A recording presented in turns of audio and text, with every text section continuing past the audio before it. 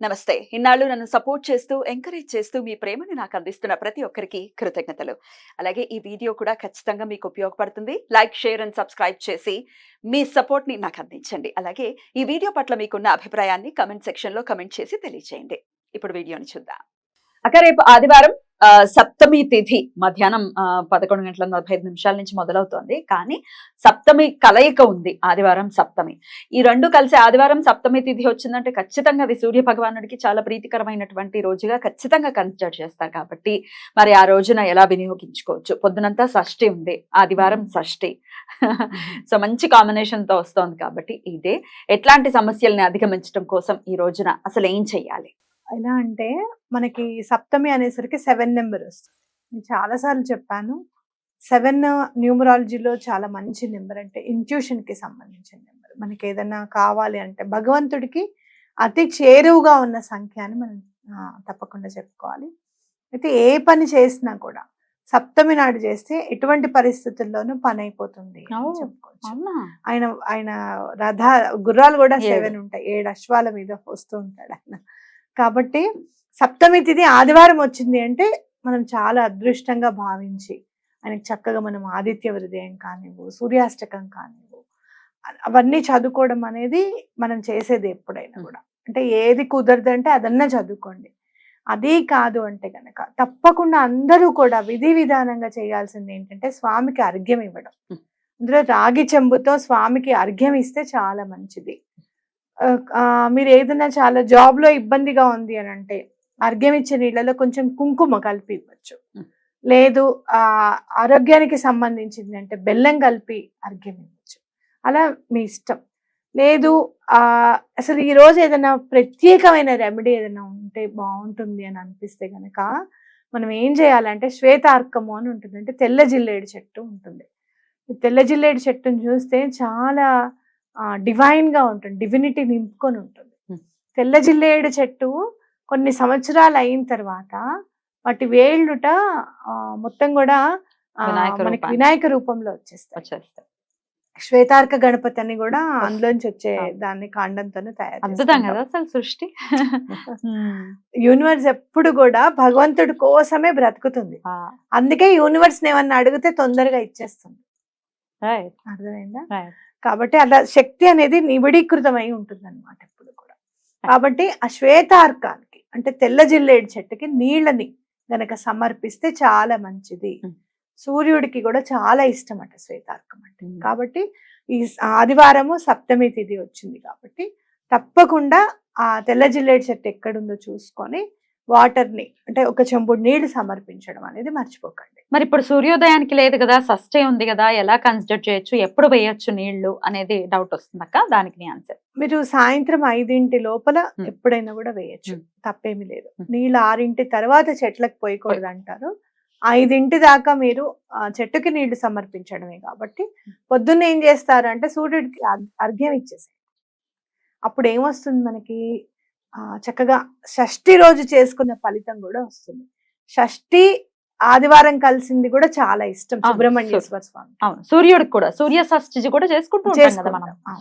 అయితే షష్ఠి నాడు సూర్య భగవాను గనక పూజిస్తే ఏంటి అంటే మనకి స్కిన్ ప్రాబ్లమ్స్ ఏమన్నా ఉంటే గనక తీరిపోతాయి.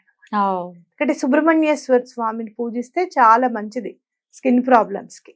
ఓకే, అలా ఆ స్వామిని పూజించినట్టుగా ఉంటుంది. అలాగే సూర్యుడికి సంబంధించింది కాబట్టి ఆ రోజు మీకు స్కిన్ రిలేటెడ్ ప్రాబ్లమ్స్ ఏమైనా ఉంటే కనుక తప్పకుండా ఆదిత్య హృదయం కానీ సూర్యాష్టకం కానీ చదువుకొని స్వామివారికి అర్ఘ్యం ఇచ్చిన తర్వాత చదువుకోండి అనమాట. అలాగే సాయంత్రం పూట కూడా అలాగే చంద్రుడికి అర్ఘ్యం ఇస్తే కూడా చాలా మంచిది. అంటే వాటర్ అనేది చాలా మంచి ఎలిమెంట్, పవర్ఫుల్ ఎలిమెంట్. భగవంతుడికి చాలా ప్రీతి అండ్ ముఖ్యంగా ఏంటంటే మనం ఈజీగా సమర్పించగలిగేది. అందుకే స్వామి లాస్ట్ కి ఏమన్నాడు, ఫలం పత్రం తోయమని అన్నాడు. అంటే తోయం అంటే వాటర్.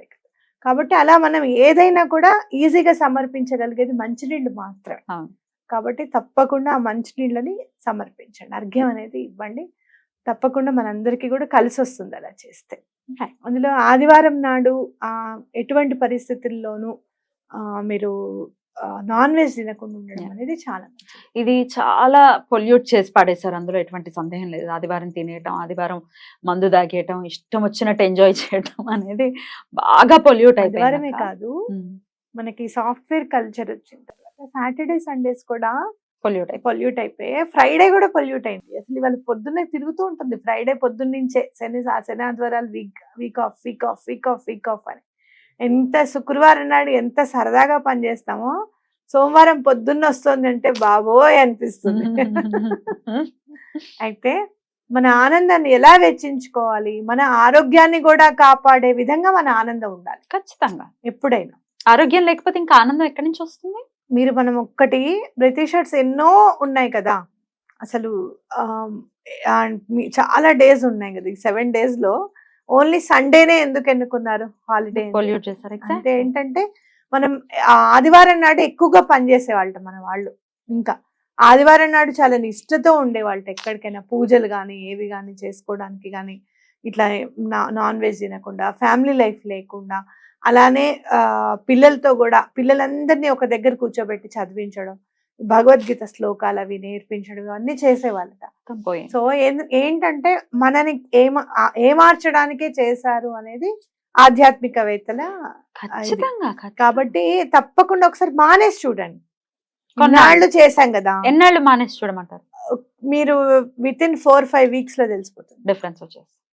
ఎందుకంటే శనివారం నాడు నేను ఉల్లిపాయ తినడం మానేసిన తర్వాత నా జీవితంలో ఒక్కొక్క మెట్టు ఎదుగుతూ వచ్చాను అనమాట. ఈ ప్రాబ్లమ్స్ అన్నిటికీ కారణం ఏంటి, అసలు ఎందుకు, ఎలా, మనం ఎందుకు దైనందిన జీవితంలో మనం చేస్తున్న చిన్న చిన్న మిస్టేక్స్ ఏంటి అనేది నేను తరచి చూసుకుంటే నాకు అనిపించింది, వద్దు అన్న పని మనం ఎందుకు చేయాలి. ఫస్ట్ వద్దు అన్న పని చేయడం మానేస్తే సగం అక్కడే మనం బాగుపడిపోతాం. ఎందుకంటే ముందు పెద్దల మాట విన్నాం అనే క్రెడిట్ అవుట్ ఉంటుంది కదా, అది కాపాడు.